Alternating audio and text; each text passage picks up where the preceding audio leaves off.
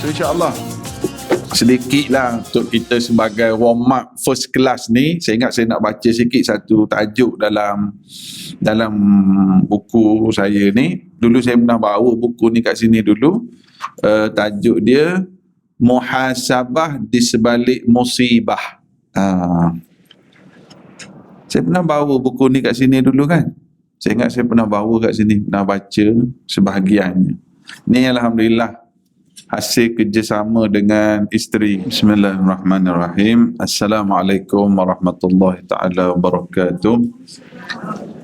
Alhamdulillah Rabbil Alamin. Wassalatu wassalamu ala rasulihil amin wa ala alihi wa sahbihi ajma'in. Allahumma a'inna ala zikrika wa syukrika wa husni ibadatika. Ya Allah, tolonglah kami agar menjadi hamba yang sentiasa bersyukur di atas segala pemberian-Mu, sentiasa mengingati-Mu dan sentiasa memperelokkan ibadat kami kepada-Mu. Amin ya Rabbal Alamin. Terima kasih Kak Salwa dan Jawatankuasa dan semua di Masjid Al-Falah dan juga yang sedang menonton online. Dah live dah di dua channel pagi ni. Mana dia panggil nama apa? Madinah Studio dan online Majlis Ilmu. Pada yang menonton online, share. Boleh share dan like. Almost 1 year duduk kuliah depan laptop kat rumah saya. Jadi kita dah biasa dah. Sebelum kuliah, sila share. Sila tag rakan-rakan.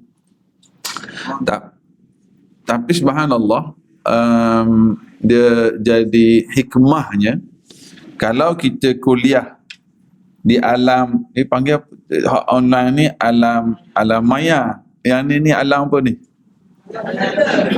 Alam nyata. Kak Salwa kata hari ni first class. Betul? Wow, first class. First class. Subhanallah, sure, first class. Dan memang kat sini ni memang first class kelasnya. Kelasnya sangat first class. Para jemaah mematuhi SOP-nya memang first class display. Saya masuk tadi pun tengok slipper dan kasut tersusun tu. Reverse parking lagi. Jadi maknanya keluar tu sap je. Ya Allah. Bismillah Allah. Reverse parking tu. Kan? Jadi betul-betul boleh keluar tu dengan kaki kanan. Pasuk-pasuk, Masya Allah. Ada yang tolong susun kat luar, besarnya pahala. Jadi memang first class sungguh lah. Dan cumanya beza kalau yang kelas di alam nyata dengan kelas di alam maya ni, subhanallah, saya memang sejak daripada bulan Mac tahun lepas bila mula PKP tu, bengong sekejap 2 minggu. Culture shock. Macam mana ni? Jadi mula April, mula kita buat kuliah online. Subhanallah, bila beza kuliah alam nyata dengan alam maya ni, kalau selama ni bila kita kuliah, saya tak minta maaf lah sahabat-sahabat yang menonton online, tak peduli orang online. Kalau selama ni sebab tak nampak. Jadi kita bersama dengan para jemaah je lah. Jadi bila online, buka laptop, kita boleh layan, boleh communicate dengan orang yang menonton online. Buat apa tu? Sedang sarapan Ustaz, baring-baring atas sofa Ustaz. Ada yang dalam kereta. So kita boleh engagement itu lebih rapat lah. Itu secara online. Dan subhanallah, bila tanya penonton dari mana, kita di Shah Alam, ada yang dari Johor, dari Indonesia ada, dari Singapura, dari Perth, ada tu dari Edinburgh mana, tapi orang Malaysian lah. Subhanallah. Jadi mungkin itu antara hikmahnya. So insyaAllah sedikit lah untuk kita sebagai warm up first class ni. Saya ingat saya nak baca sikit satu tajuk dalam buku saya ni. Dulu saya pernah bawa buku ni kat sini dulu. Tajuk dia Muhasabah di Sebalik Musibah. Saya pernah bawa buku ni kat sini dulu kan. Saya ingat saya pernah bawa kat sini, pernah baca sebahagiannya. Ni alhamdulillah hasil kerjasama dengan isteri. Dulu kerjasama jadi anak, ni jadi buku pula. Alhamdulillah. Itu semua rezeki Allah bagi. Alhamdulillah.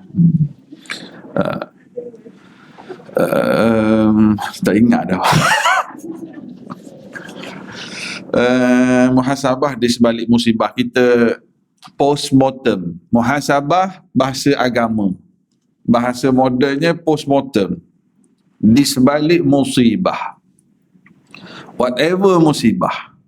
Dan kalau kita bercakap tentang COVID-19 ni, memang musibah lah kepada individu, pada keluarga, pada orang bisnes, pada orang masjid, pada kampung, negeri, negara, seluruh dunia. Jadi sebagai orang beriman, kita sepatutnya mencarilah hikmah-hikmah di sebalik apa yang berlaku. Dan buku ni pun saya tulis apa khabar hati ni pun, memang ini poin utama dia. Kat belakang ni saya tulis sedikit panggil apa? Panggil boleh kat belakang sinopsis kan benda. Saya tulis sikit. Kita berharap dan nak sangat A. Kita berdoa nak A. Kita berusaha untuk dapat A. Tiba-tiba Allah bagi Z. Pada peringkat awal terasa agak kecewa, sedih. Setelah masa berlalu, kita mula mengerti bahawa apa yang Allah berikan adalah yang terbaik untuk kita apabila tersingkap segala hikmah yang tersirat. Itu saya kata, apa khabar hati ni? Tapi banyak lagi lah bab-bab lain. Cumanya sesuai barangkali dengan first class kita ni, saya baca bab ni lah, bab 3, muhasabah di sebalik musibah. Boleh? Boleh? Okey. Saya baca dulu sikit. Bismillahirrahmanirrahim. Musibah yang menimpa, jangan disangka Allah tidak sayang pada kita. Ini teruk kita. Kerana musibah itu adalah bukti dia tidak pernah jauh dari kita. Bukti dia, yakni Allah amat kasih kepada kita. Jadi, satu sekali poin yang kita nak pegang. Berlaku musibah, jangan ingat Allah tak sayang kita. Apa saja musibah. Selain pada COVID ini, mungkin ada musibahnya kematian orang yang dia sayang, ahli keluarga, kan? Mungkin musibah duduk rumah lama sangat, adalah penyakit-penyakit datang, go out,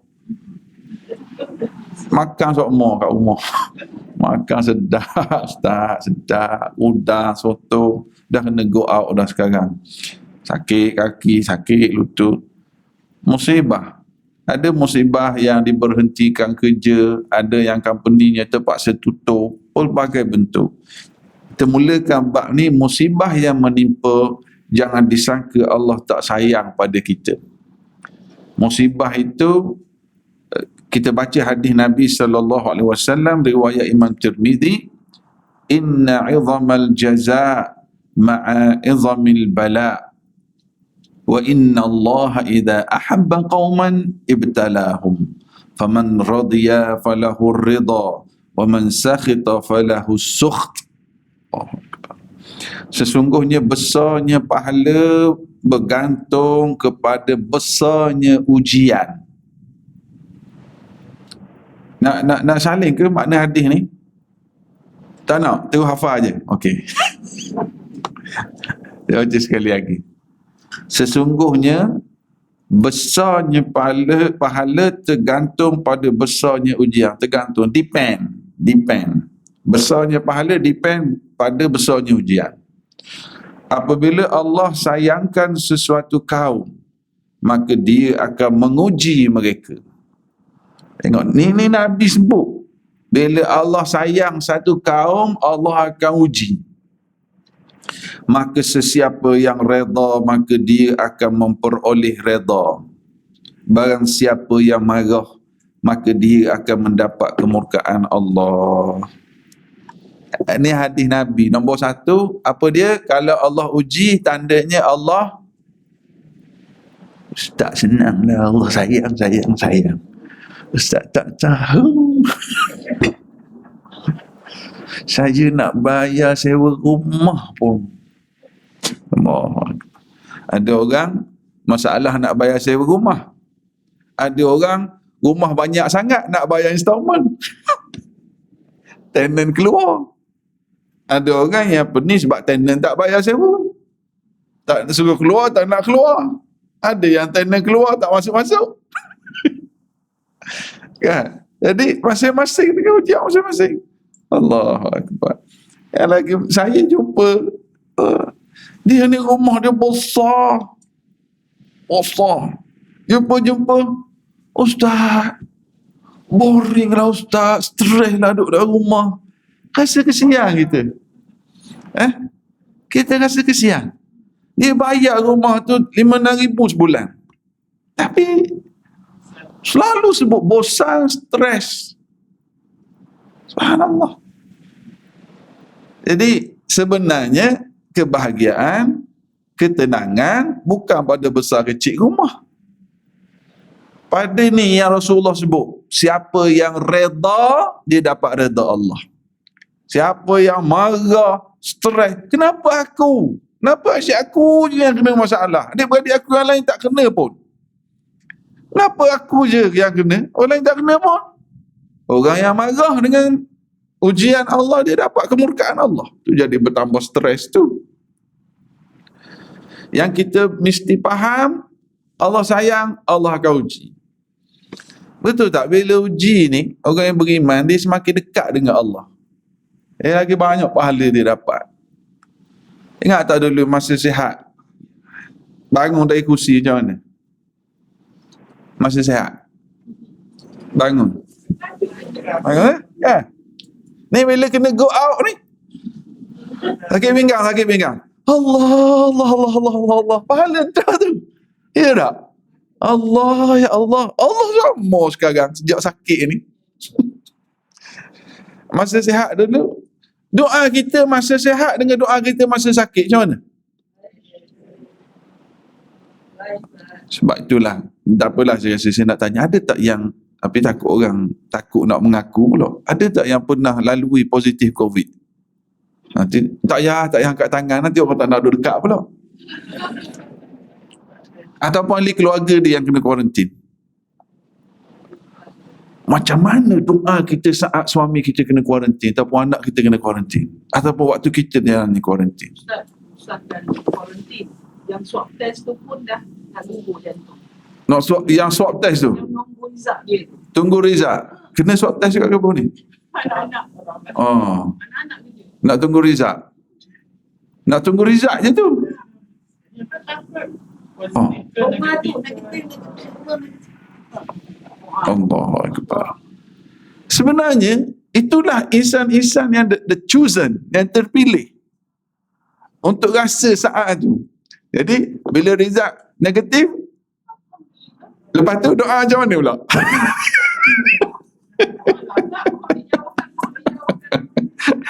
Betul, kita minta jauh lah. Tapi saya nak beritahu, okey, ini pengalaman orang yang tunggu result. Saya pun lalui. Saya pun bukan positif. Saya pun buat swab test. Sebab saya ingat tak masa Menteri Agama kita Dr. Zul Bakri yang dia positif tu, saya dalam 3 hari sebelum tu ada satu majlis duduk makan sekali dengan dia, duduk dengan dia.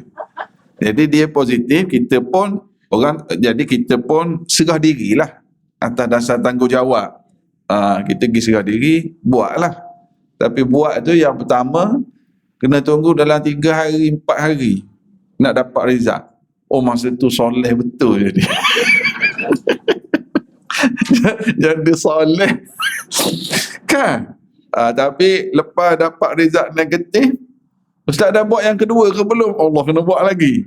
Jadi yang kedua tu saya terus pergi kat tempat, keluar duit sikit lah. Bayar, buat pagi, malam tu terus dapat result. Jadi soleh tu yang kedua tu sehari je lah.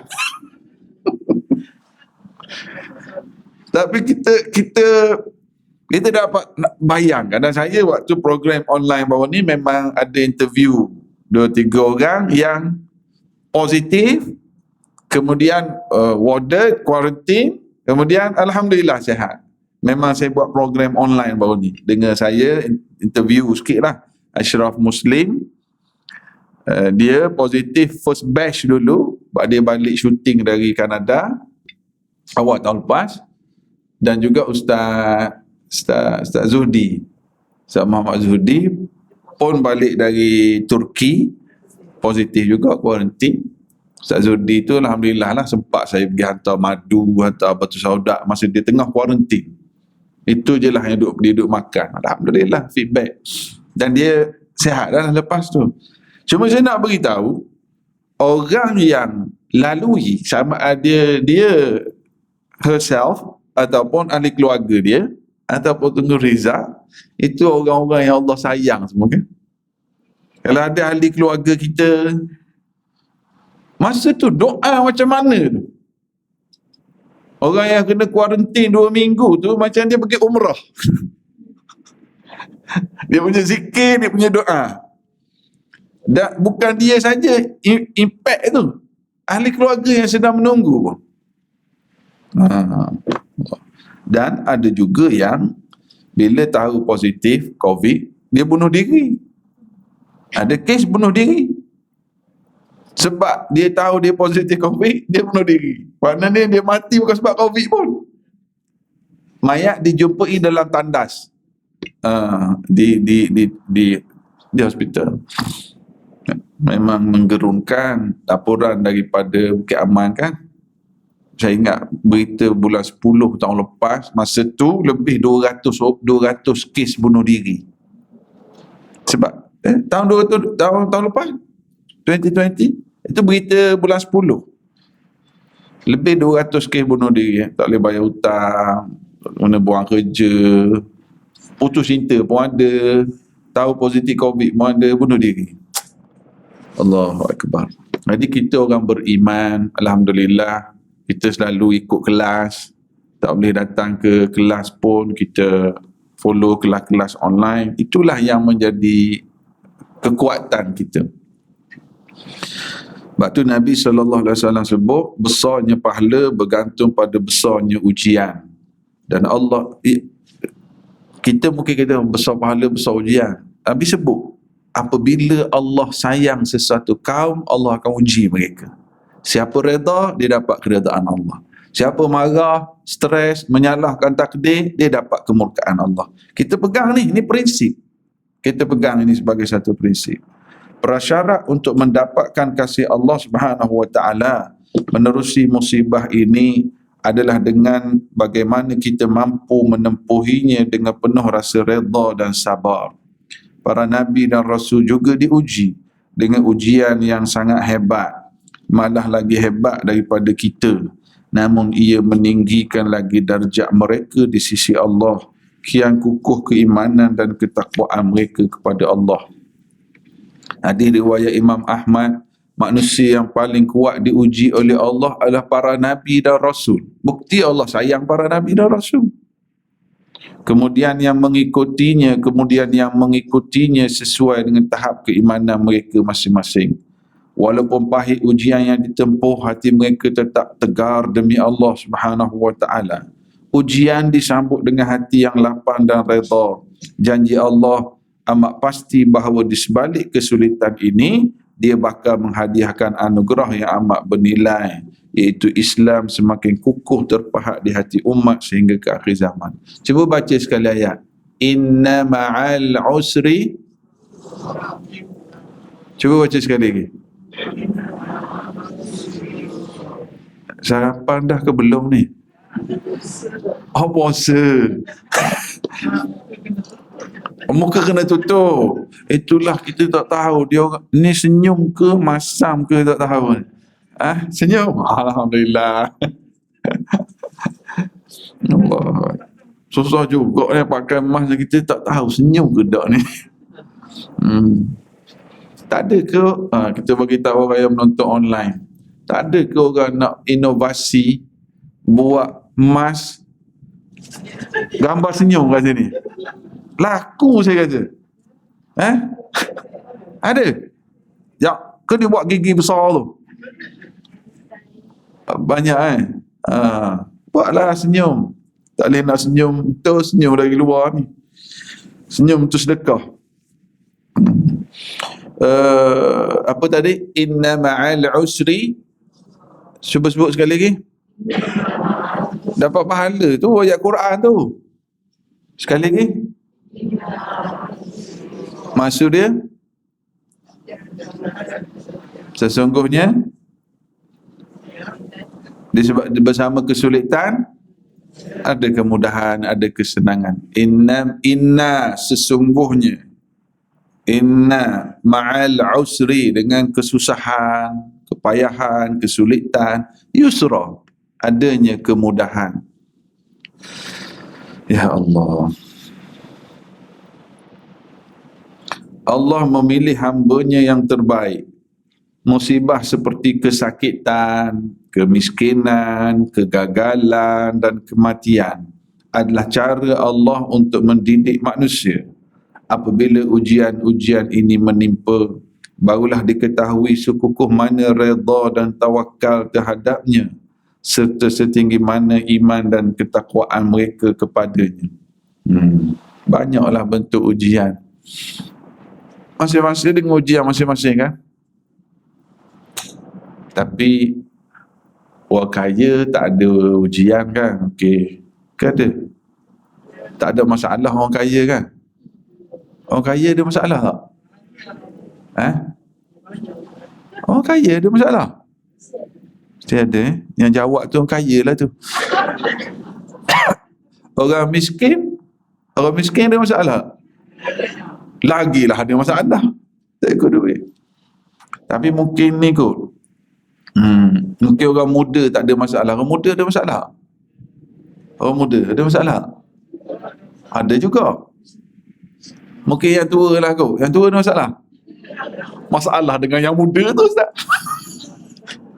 Ataupun yang bujang ada masalah tak? Yang bujang ada juga masalah. Dah ada lah. Okey lah. Ke yang dah kahwin ada masalah tak? Ada juga. Yang dah kahwin ada masalah juga. Yang kahwin lagi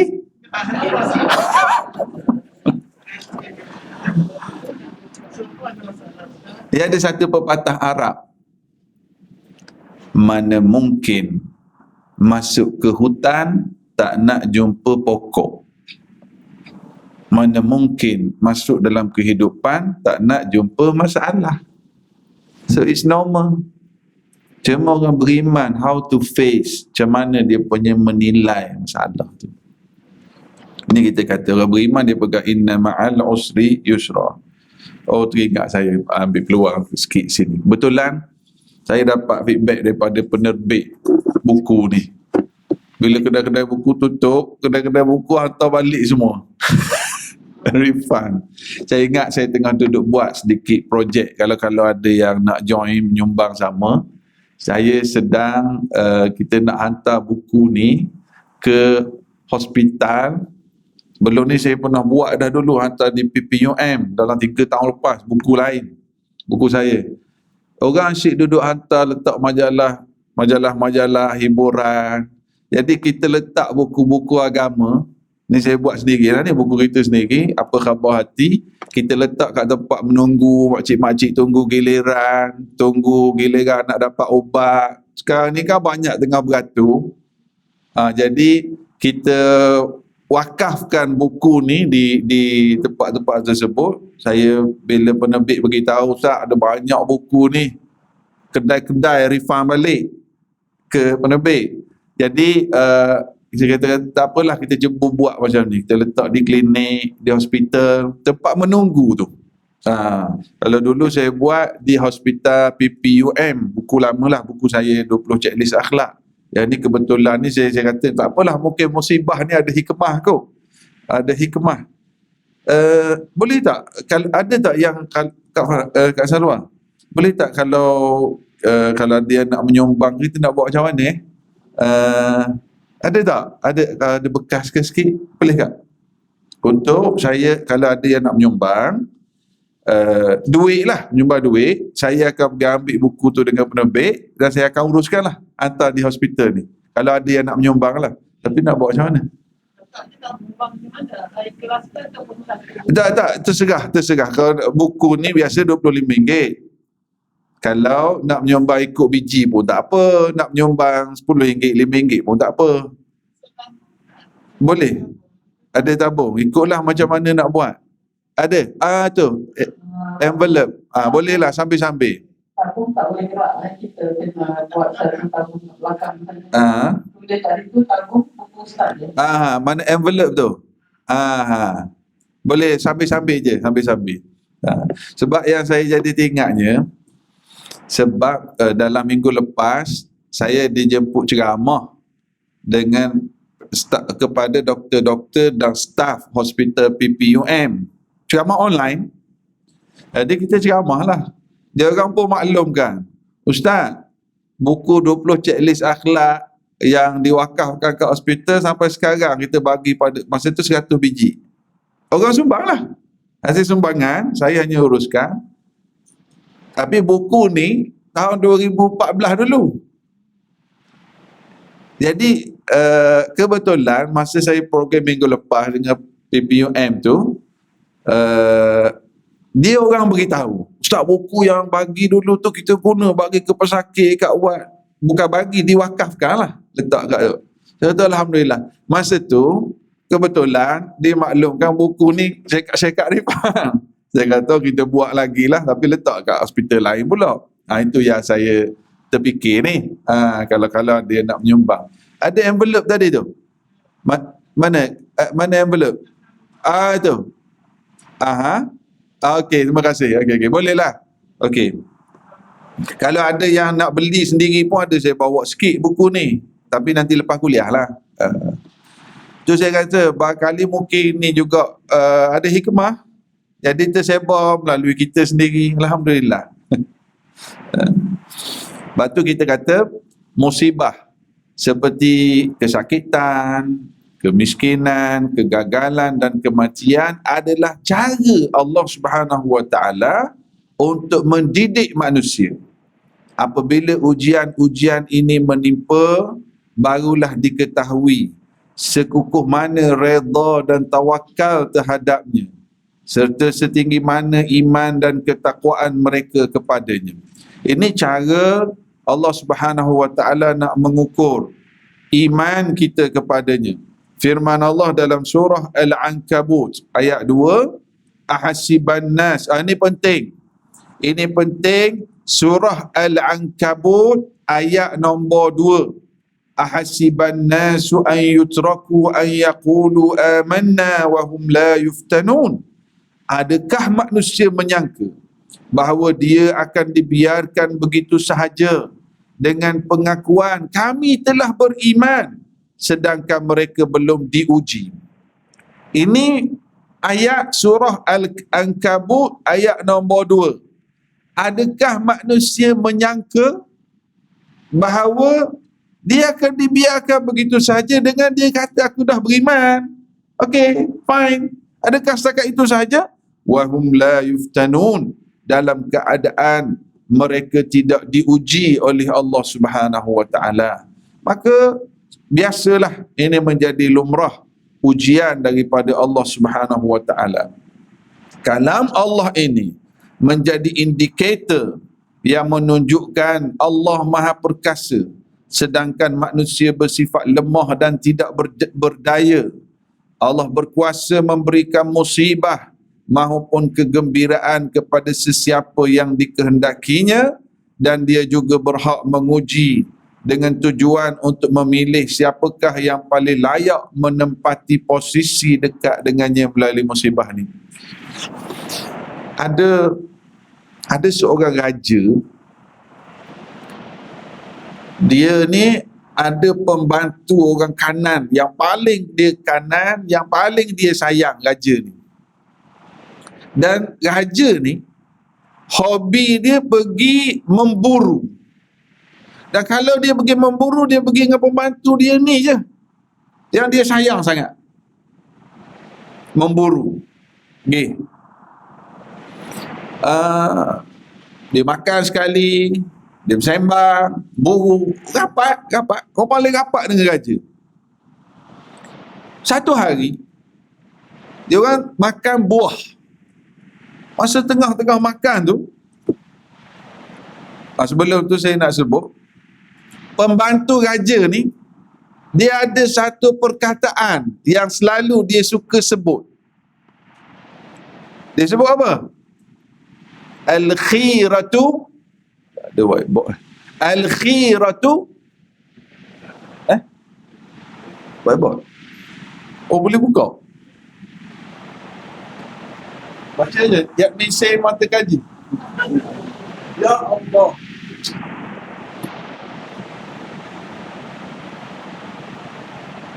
Ada alat? Tak ada alat. Tak apalah, tak apa. Tak apalah, biarlah. Kan ada alat.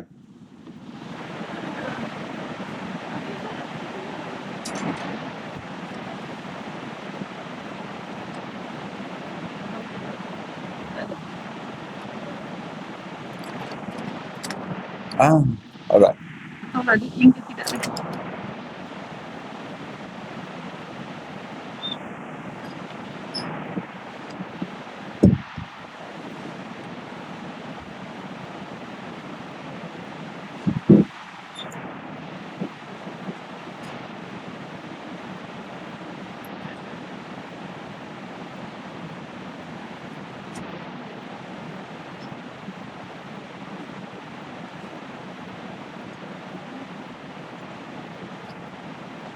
Boleh nampak?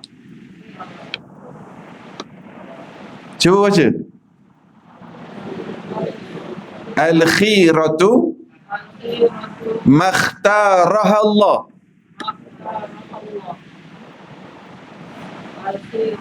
Al-khiratu makhtaraha Allah.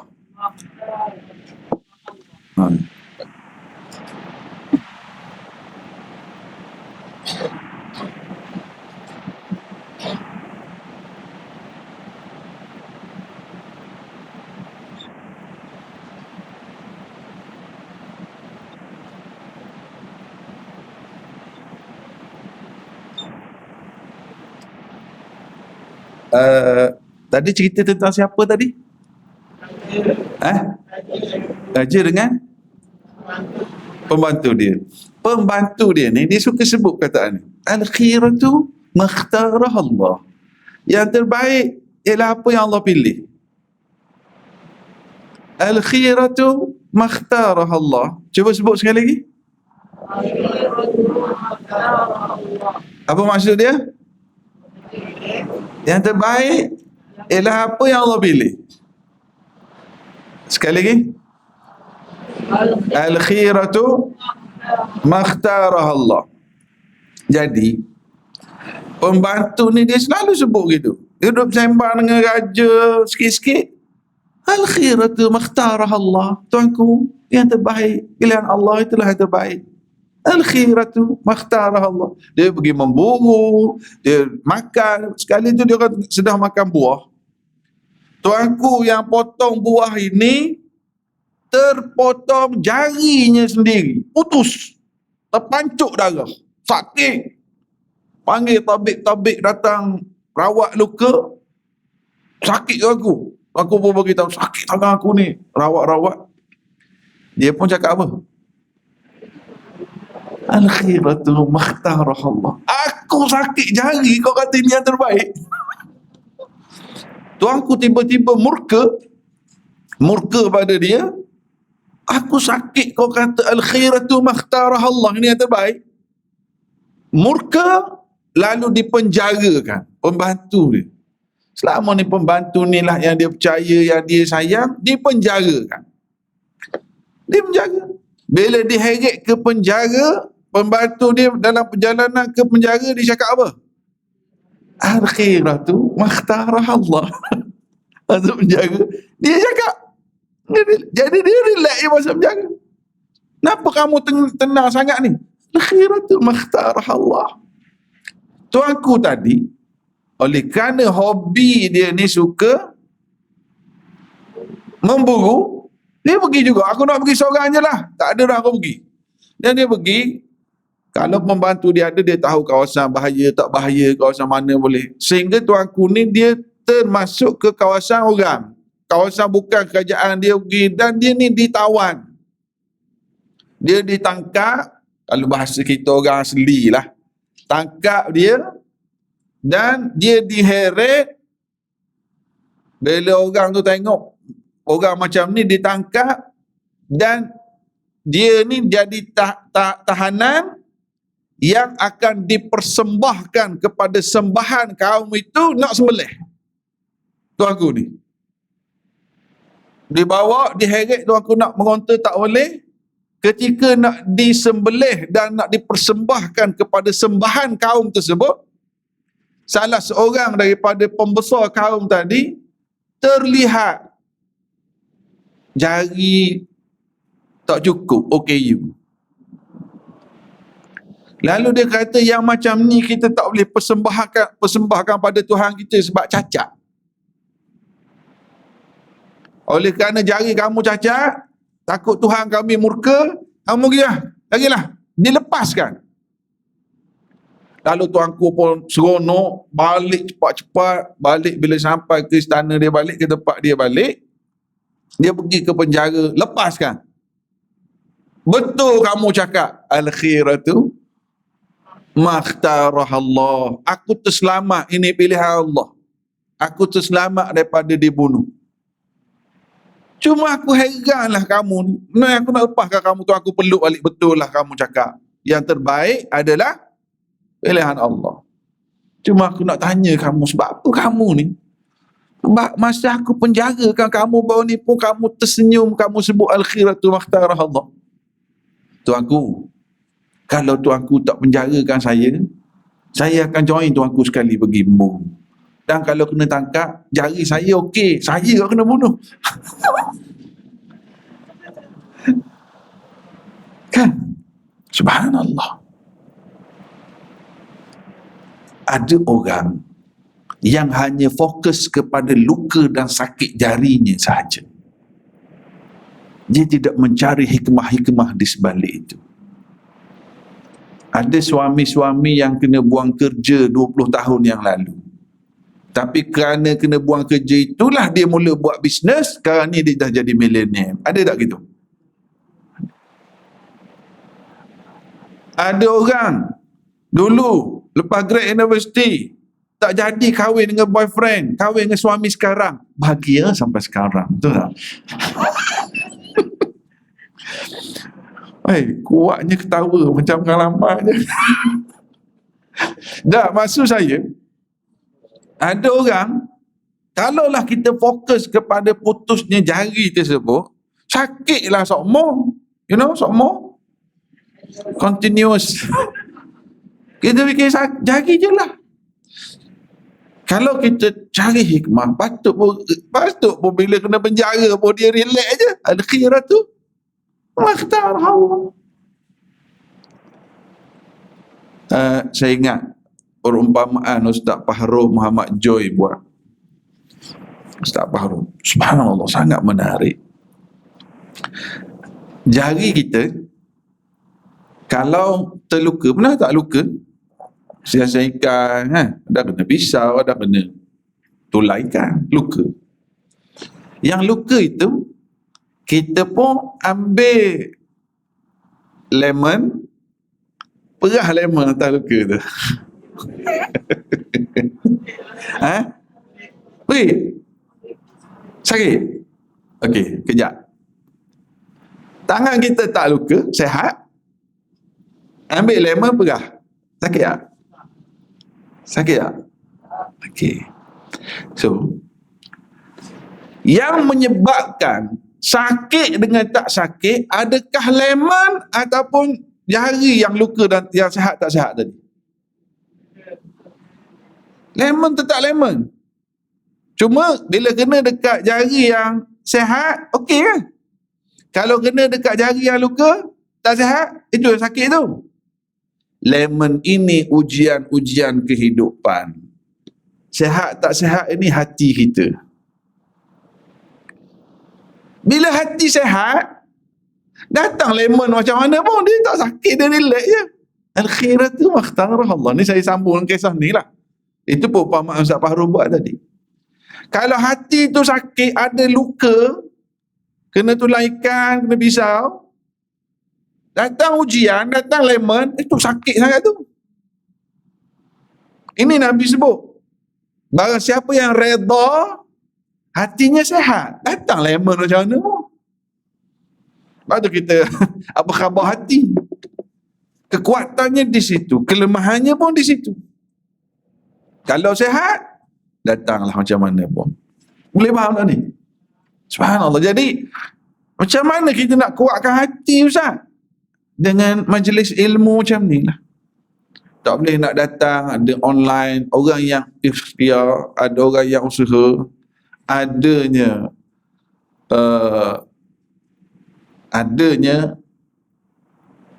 akak-akak, makcik-makcik yang bukan saja dia ikut kelas online. Tak apalah, yang depan mata saya sendiri, mak mertua saya suruh anak buat Facebook. Buat Facebook, dia pun tak reti, nak add friend, nak reply, nak komen pun tak reti. Tapi untuk apa?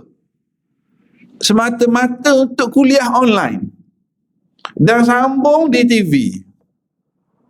Pagi-pagi lepas subuh ikut kuliah sama Isa Deraman dengan kita kuliah online kat TV. Facebook live lah, live Facebook lah.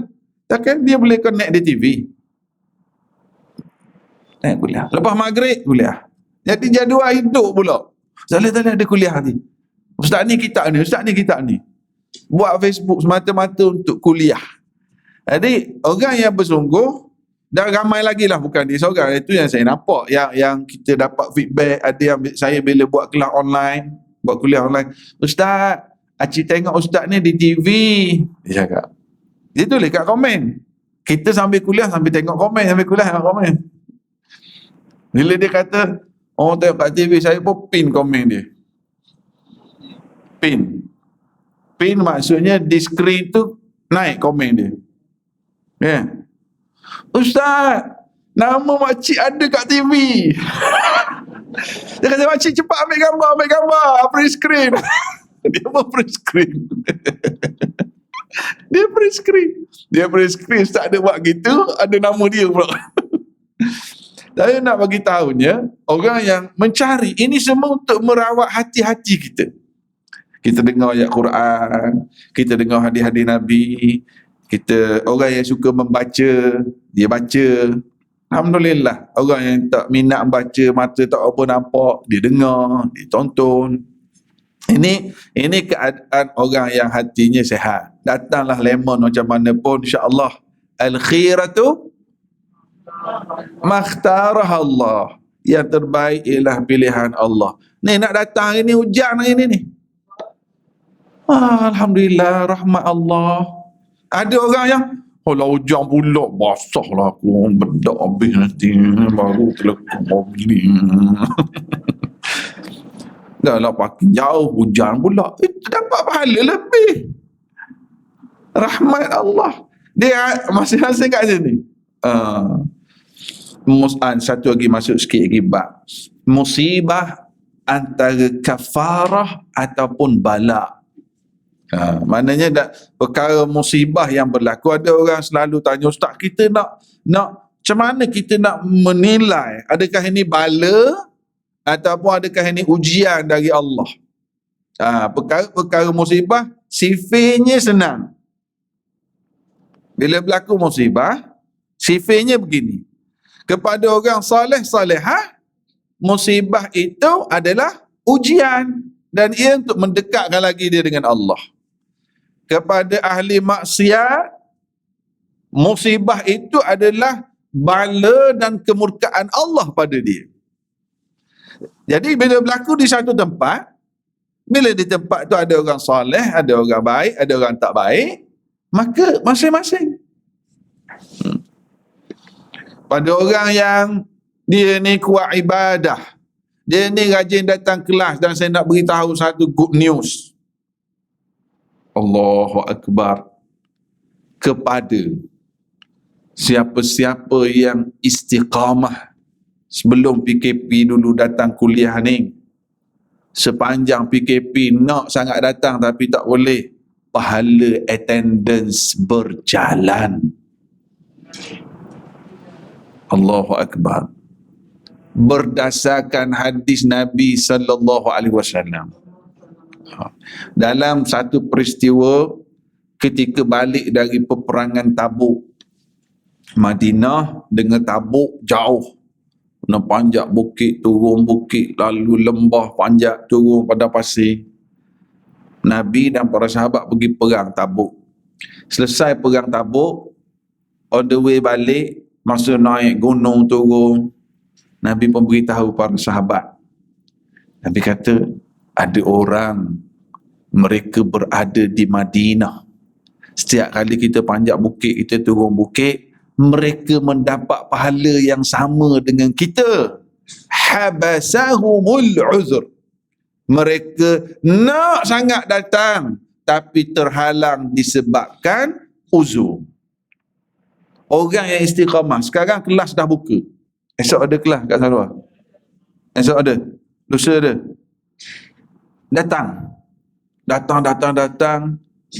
Sama ada, na'udzubillah lah, PKP balik tak boleh buat kelas, ataupun dia sendiri tak sihat, tak boleh datang.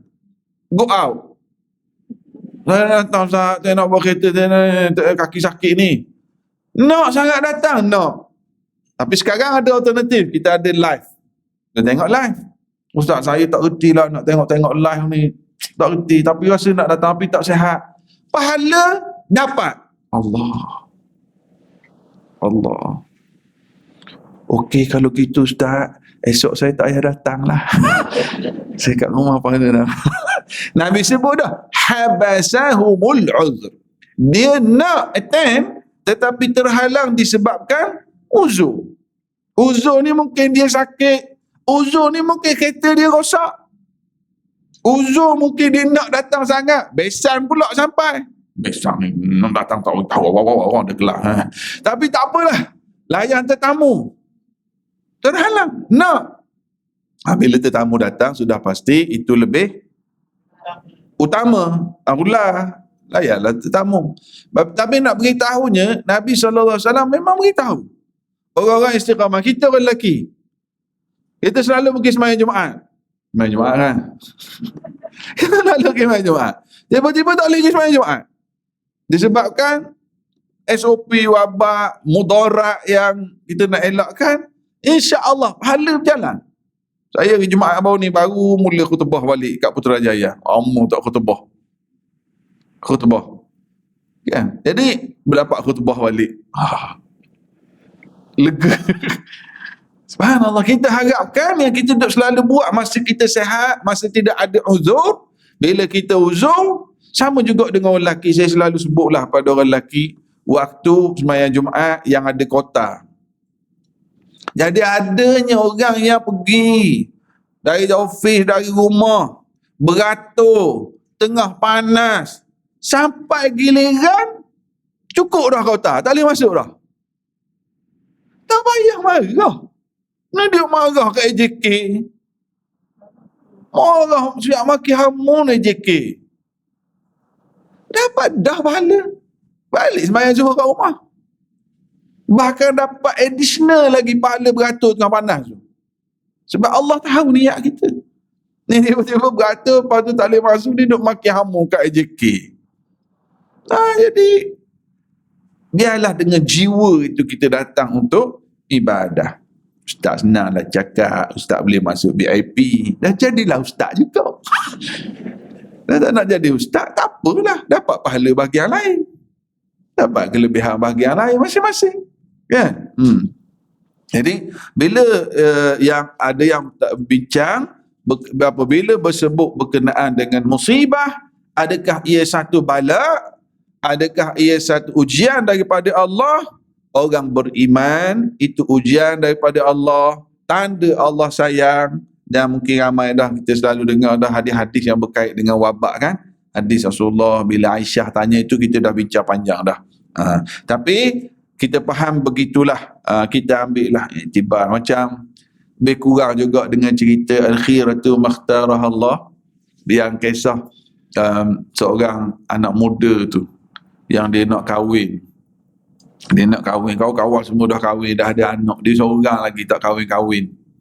Jadi dia banyak tak jadi semua. Last sekali dia pergi jumpa seorang tok syekh, tok guru. Tok guru kata, kamu berdoa tak? Doa. Kamu minta bersungguh tak? Sungguh. Cuba kali ni kamu pergi buat apa yang aku bagi tahu. Saya buat kan. Bagi tahu je. Awak pergi ke masjid tu sekarang, solat 2 rakaat, solat hajat, doa dalam bahasa sendiri, mengadu pada Allah apa yang berlaku, kenapa tak jadi, kemudian macam mana nak, macam mana cerita pada Allah dalam doa in your own language. Anak muda tu pun pergilah, dia buat sembahyang hajat, doa, kemudian dia berdoa pada Allah dengan bahasa dia sendiri. Bila doa dengan bahasa sendiri ni, siapa dia menangis-nangis, esok-esok dia bercerita pada Allah. Tak jumpa-jumpa lagi jodoh, apa yang dah berlaku, kenapa tak jadi tak. Sehingga dia kata, aku serahlah pada Allah. Tok Syekh tadi kata, buat ini aku buat dah. Dia keluar je masjid, dia nak pergi naik motosikal dia, ada anjing gila 2 ekor datang kejar dia. Tak ada naik motor, dia lari, seekor anjing tu sempat tekan kaki dia, gigit kaki dia, luka berdarah. Orang kampung datang tolong. Okey lah, tapi luka teruk. Dia kata, aku minta isteri, dapat anjing pula.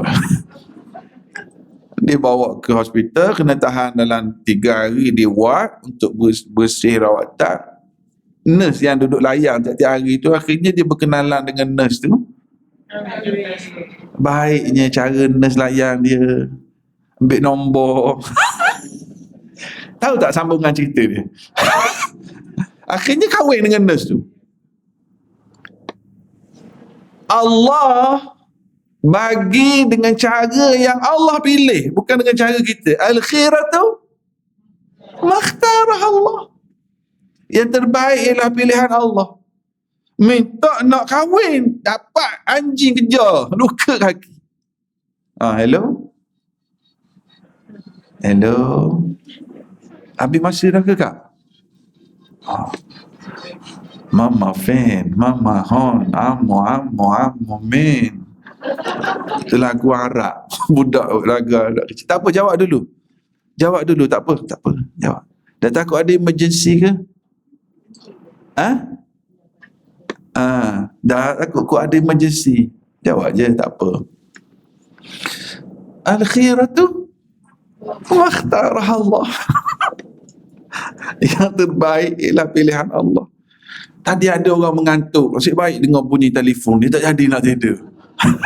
Alhamdulillah. Duduk tengok telefon. Sebab masing-masing ingat telefon masing-masing. Alhamdulillah. Okey je. Cerah dah mata balik, tak ada ngantuk. Jadi kita balik sekali lagi, sebab itulah step-step kita sebut sikit secara ringkas. Apa yang reaksi apabila berlaku musibah, ada tak apa, jawab dulu, jawab je. Takut ada emergency ke apa-apa.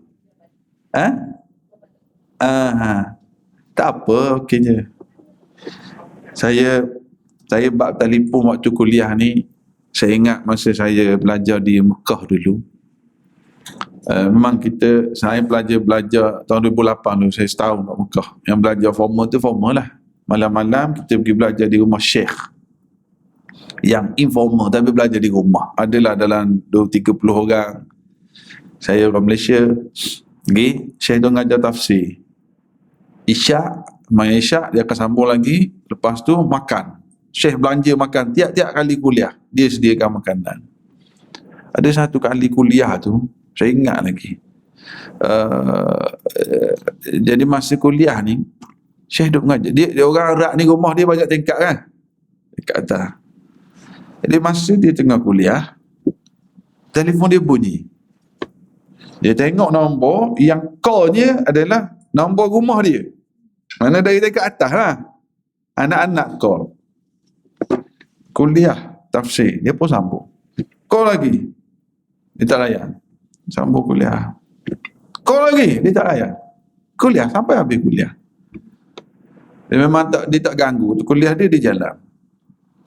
Lepas tu bila azan Isyak, dia call balik, rupanya isteri, ni kami di Mekah ni, di rumah dia di Mekah.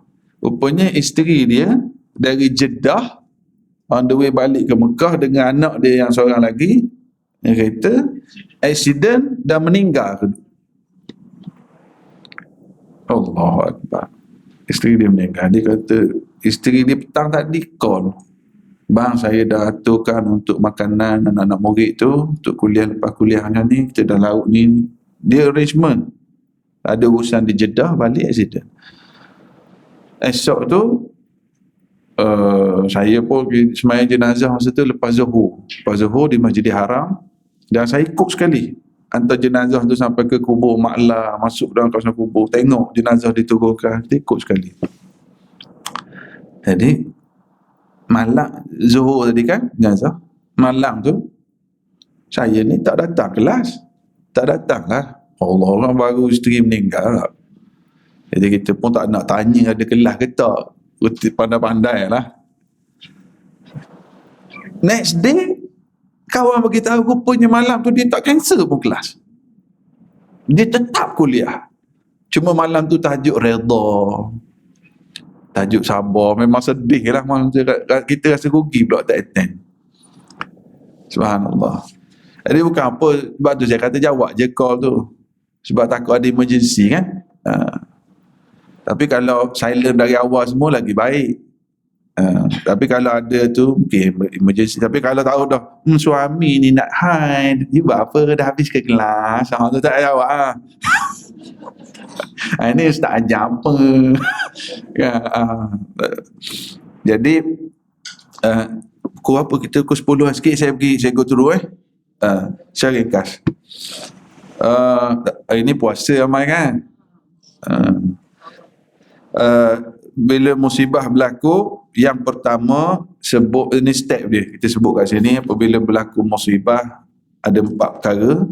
Yang pertama, sebutlah inna lillahi wa inna ilaihi raji'un, berdasarkan firman Allah dalam surah Al-Baqarah yang kita selalu tahu, alladzina idza asabatuhum musibatun qalu inna lillahi wa inna ilaihi raji'un. Apa saja musibah. Ada kawan saya aksiden motor, jadi yang seorang lagi datang beritahu, ustaz ni dia aksiden motor. Kita pun sebutlah inna lillahi wa inna ilaihi raji'un. Tak mati lagi ustaz, tak mati lagi. Dia ingat inna lillahi ni untuk orang mati je. Musibah, apa saja musibah. Ya, ibu-ibu duk siaikan, kena pisau luka, inna lillahi wa inna ilaihi raji'un. Anak jatuh basikal, biarlah ada di bibir mulut kita inna lillahi wa inna ilaihi raji'un. Kita tengok berita Allah, ada pesta, lepas daripada pesta ni berlaku super spreader baru pula, positif COVID, inna lillahi wa inna ilaihi. Boleh kan kita tengok berita Allah dah baik, lama dah baik, nak bergaduh pula, inna lillahi wa inna ilaihi raji'un. Ini musibah. Kita tengok berita orang lalu kereta tiba-tiba kat construction jatuh batu tak. Tengok tu begitu sangat menginsafkan. Baru ni yang terbaru kat mana, Ceras ke mana? Alam Damai. Jalan bawah tu je batu jatuh. Ya Allah. Ya Allah. Jadi kita tengok perkara-perkara sedemikian, inna lillahi wa inna ilaihi raji'un, biar biasa di bibir mulut kita.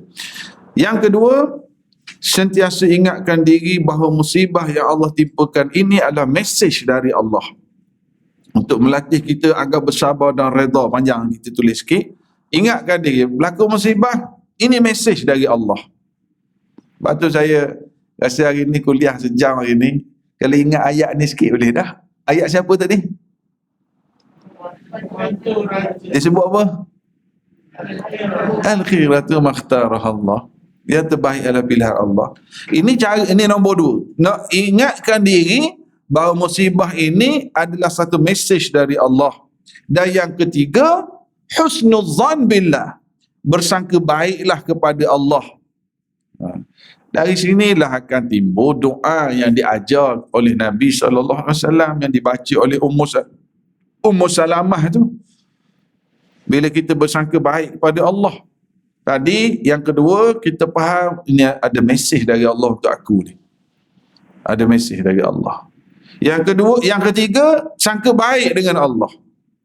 Dan dari sinilah kita boleh doa, Allahumma ajurni fi musibati wa akhluf li khairan minha. Allah, cuba baca sekali, Allahumma ajurni fi musibati wa akhluf li khairan minha. Ya Allah, berilah pahala kepadaku di atas musibah ini dan gantikan yang lebih baik. Doa ini hanya terkeluar dari mulut orang yang ada husnuzan billah, sangka baik dengan Allah. Allahumma ajurni fi musibati, ya Allah, berilah pahala kepadaku di atas musibah ini, wa akhluf li khairan minha, gantikan kepada aku yang lebih baik. Kita tahu kisah Ummu Salamah kan? Ingat tak? Yes, yang masa nak hijrah tu. Masa hijrah, dia terpisah dengan suami, dengan anak-anak dulu setahun, hijrah dulu. Kemudian Abu Salamah baru pergi dengan anak, jumpa duduk sekejap, perang Uhud. Baru nak mula live di Madinah, perang Badar. Balik perang Badar, suami cedera, meninggal. Ummu Salamah baca doa ni. Allahumma ajurni fi musibati, ya Allah, berilah pahala di atas musibah ni. Bila dia nak baca yang kedua, wa akhluf li khairan minha, ya Allah, gantikan lebih baik, dia tersekat nak baca doa ni. Sebab apa? Suami dia meninggal. Tadi cerita kan, dia terpisah dah setahun sebab dia hijrah dulu, suami dia kena tahan. Lepas tahun baru jumpa di Madinah. Tahun kedua hijrah, baru je jumpa perang Badar. Lepas pergi perang, lepas perang Badar, okeylah balik, suami dia sihat, baru nak mula live perang Uhud, tahun ketiga hijrah. Masa perang Uhud ni suami dia cedera, balik cedera, dia duduk jaga suami dia meninggal. Bila suami meninggal, dia bacalah doa, Allahumma ajurni fi musibati, ya Allah, berilah pahala padaku di atas musibah ni. Rangkap kedua doa, Allah wa akhluf li khairan minha, ya Allah, gantikan lebih baik. Masa dia nak baca rangkap kedua doa, dia tersekat sekejap. Sebab apa? Siapa lagi yang lebih baik daripada abangku? Jadi masa dia nak doa rangkap kedua ni, dia wa akhluf li khairan minha, ya Allah, gantikan yang lebih baik. Dia Ummu Salamah ni, sebab Abu Salamah ni yang terbaik dah. Dia nak baca doa ganti yang lebih baik, dia tapi oleh kerana doa ini diajar oleh Rasulullah sallallahu alaihi wasallam, maka dia baca juga wa akhluf li khairan, gantikan lebih baik. Sebab lebih baik ini mungkin kehidupan, rezeki, kesihatan, kan? Tapi doa ini akhirnya Sayyidina Abu Bakar datang Pinang, ditolak. Sayyidina Umar datang Pinang, ditolak. Akhirnya datang Rasulullah sallallahu alaihi wasallam Pinang dia. Ya Rasulullah Pinang saya ni tua dah. You nak kat I lagi ke? I dah tua. Saya ni Rasulullah, saya ada anak-anak. Salamah yang dibawa tu. Satu lagi Rasulullah, saya ni ada perangai sikit, mudi. Saya bimbang kalau saya kahwin dengan Rasulullah, takut-takut saya buat perangai, nanti Rasulullah rasa nak marah kat saya. Saya takut kalau Rasulullah nak marah, nanti Allah pun marah kat saya. Rasulullah jawab, kalau kamu kata kamu tua, aku pun tua dah. Kan Rasulullah hijrah umur 53. Hijrah tu. Perang Badar tahun kedua 55. Perang Uhud tahun ketiga 56. Rasulullah kata, kalau kamu kata kamu berumur dah, aku pun berumur dah. Kalau kamu kata kamu ada anak-anak, anak-anak itu anak-anak aku juga nanti. Dan kamu kata kamu ada penyakit perangai mudi tu, aku akan doa kepada Allah agar dihilangkan penyakit tersebut. Maknanya juruhlah. Lalu fa asbahat Ummu Salamah ummul mu'minin. Daripada dia ni Ummu Salamah, dia jadi Ummul Mukminin radhiyallahu anha. Berkat doa masa musibah ni dapat ganti yang lebih baik. Rasulullah sallallahu alaihi wasallam sudah pasti lebih baik, kan? Sehingga ada kisah Ummu Salamah, dia ketika duduk-duduk dengan Rasulullah cerita tentang syurga, dia terlintas satu perkara. Dia pun tanya Rasulullah. Dia kata, Abang Mat, kalau seorang perempuan dia ada 2 suami, dengan maksud perempuan itu suami dia meninggal, kemudian dikahwin dengan suami lain. Ini soalan Ummu Salamah ni. Sekiranya kedua-dua suami itu masuk syurga, perempuan ini akan duduk dengan suami yang mana? Habis masa dah, kita sambung lain kali lah kuliah habis dah kan?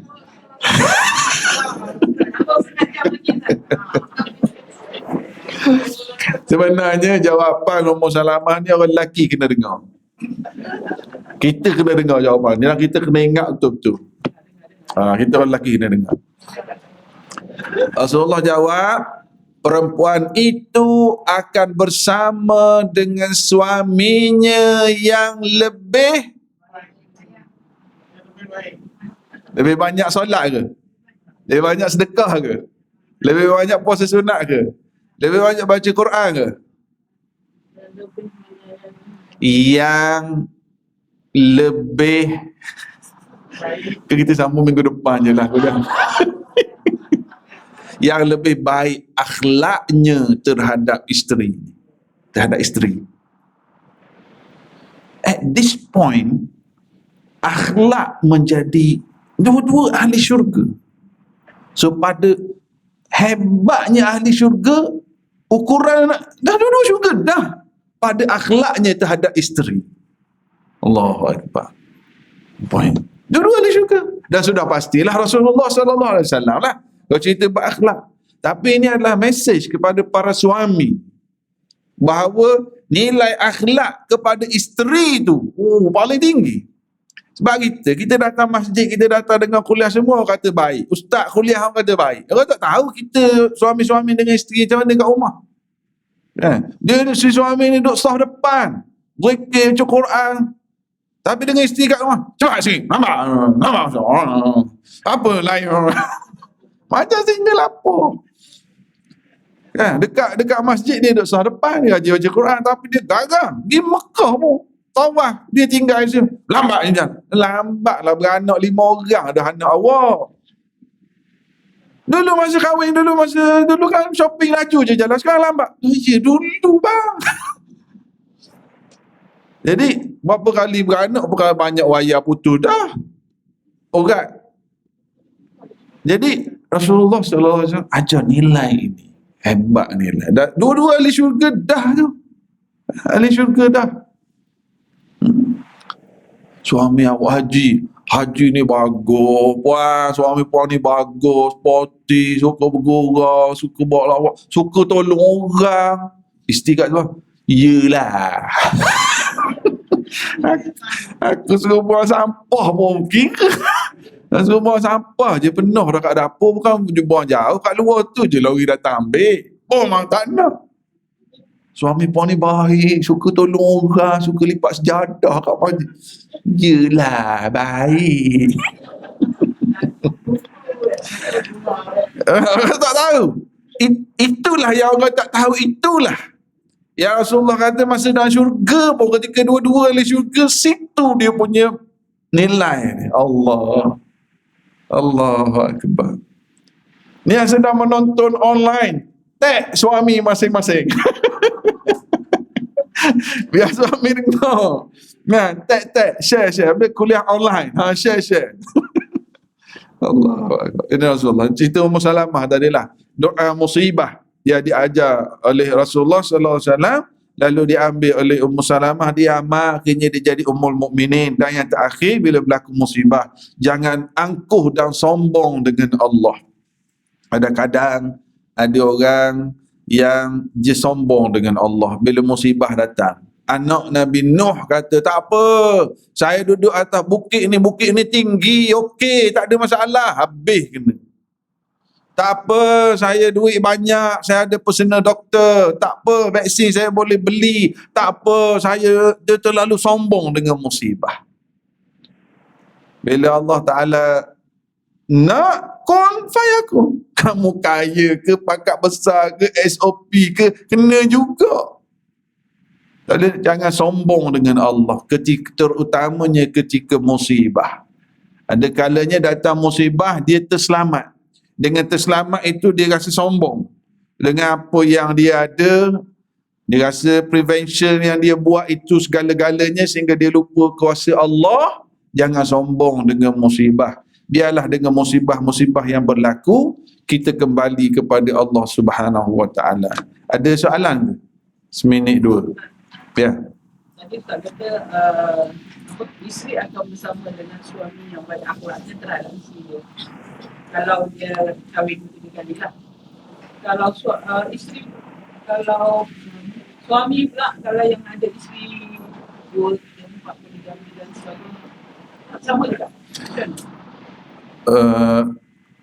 Suami yang ada isteri 2, 3, yang ada lebih isteri. Isteri ni dia yang paling salihah, dia akan menjadi ketua bidadari-bidadari. Saya ingat juga program online baru-baru ni, saya program dengan Ustazah Asma Harun. Ustazah Asma Harun dengan suami dia.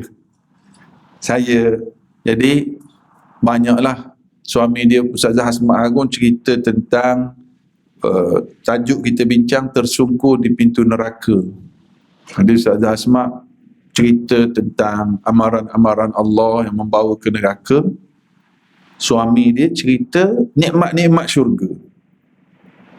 Jadi antara nikmat syurga, bidadari syurga. Dalam program live, saya pun tanyalah suami Ustaz, Ustaz, nikmat syurga bidadari, Ustaz nak tak bidadari dalam syurga? Cepat-cepat Ustazah Asma jawab, sayalah ketua bidadari. Saya nak kacau Ustazah Asma. Saya nak kacau Ustazah tu. Sayalah bang ketua bidadari. Mana itulah kefahaman. Bayangkan orang yang kita dalam keluarga, dalam rumah kita ada 5-6 orang bibi. Seorang dak masak, seorang basuh baju, seorang sidai, seorang kemah rumah. Isteri ni enjoy je. Dan jangan bimbang lah, dalam syurga cerita cemburu ni tak ada. Yang pasti isteri yang salihah, yang diredai oleh suaminya, dia akan jadi ketua semua nanti. Kalau isteri ada 2, 3, 4 semuanya salihah, maka dia akan bersama. Kita lain dalam syurga. Kita tak ada unsur cemburu tu, tidak ada dalam syurga. Buang air besar, buang air kecil pun tak ada dalam syurga. Jadi dia tidak sama. Kadang-kadang yang penting apa? Yang penting kita yakin dengan apa yang Nabi janji. Jadi isteri yang salihah, yang diredai oleh suaminya, maka dialah bos di hari akhirat nanti. Kalau semuanya salihah, semuanya berakhlak baik, mereka akan bahagia di dunia, bahagia di akhirat pun bahagia. Sebab kalau sebut isteri 2, 3, 4, kalau salihah belaka, pakat-pakat berebut menunaikan hak, bukan menuntut hak, pakat-pakat give and take, salihah semua kat dunia, mana kat dunia dia bahagia dah. Kan? Kat akhirat lagi lah bahagia. Ada sini yang ada 2, 3 isteri. Jamal? Cameraman berapa? Allah. Boleh dah tu. Salihah insya-Allah tak ada masalah di dunia. Di dunia tak ada masalah, di hari akhirat pun tak ada masalah. Cuma kadang-kadang tajuk ini jadi sensitif. Jadi sensitif apabila si lelaki tidak menunaikan keadilan dan hak. Dan apabila yang perempuan ini tidak salihah dan menjadikan isu ni masalah. Kita tak nak, tak apa, tak ada masalah, tapi hukum Allah. Kalau yang nak buat dengan cara yang Allah Ta'ala ajar. Saya tak berani. Buat masa ni lah. Dah tak berani. Tak berani apa bukan kita takut kat isteri. Kita takut tak boleh nak tunaikan tanggungjawab. Susah juga di hari akhirat. Sebab Nabi sebut, lelaki yang ada 2 isteri, maksud poligami lah. Kalau tidak menunaikan adil hak, di hari akhirat berjalan sengit. Oi, susah juga kita. Ustaz datang kuliah dulu, okey, kenapa sengit dah kubur ni? Gerak kita. Kan? Masa datang kuliah dulu kat masjid, nampak okey. Kat akhirat berjalan sengit. Na'udzubillah. Jadi gitulah. Maknanya, Ummu Salamah tadi tanya, dan memang akhlak sebenarnya, bila kita bercakap tentang akhlak, ia adalah terjemahan kepada iman, kepada hati yang nak diperah limau nipis atau tidak tadi tu. Hati sihat, akhlak pun jadi sihat. Dengan suami, kawan-kawan, jiran. Saya rasa sekadar itulah sedikit pada pagi ini. Wallahu a'lam bissawab. Assalamualaikum warahmatullahi wabarakatuh. Buku ni saya ada bawa sikit. Kalau dia nak beli pun, nak sign pun boleh, insya-Allah. Buat kenangan. Allahu akbar. Wallahu a'lam. Assalamualaikum warahmatullahi wabarakatuh.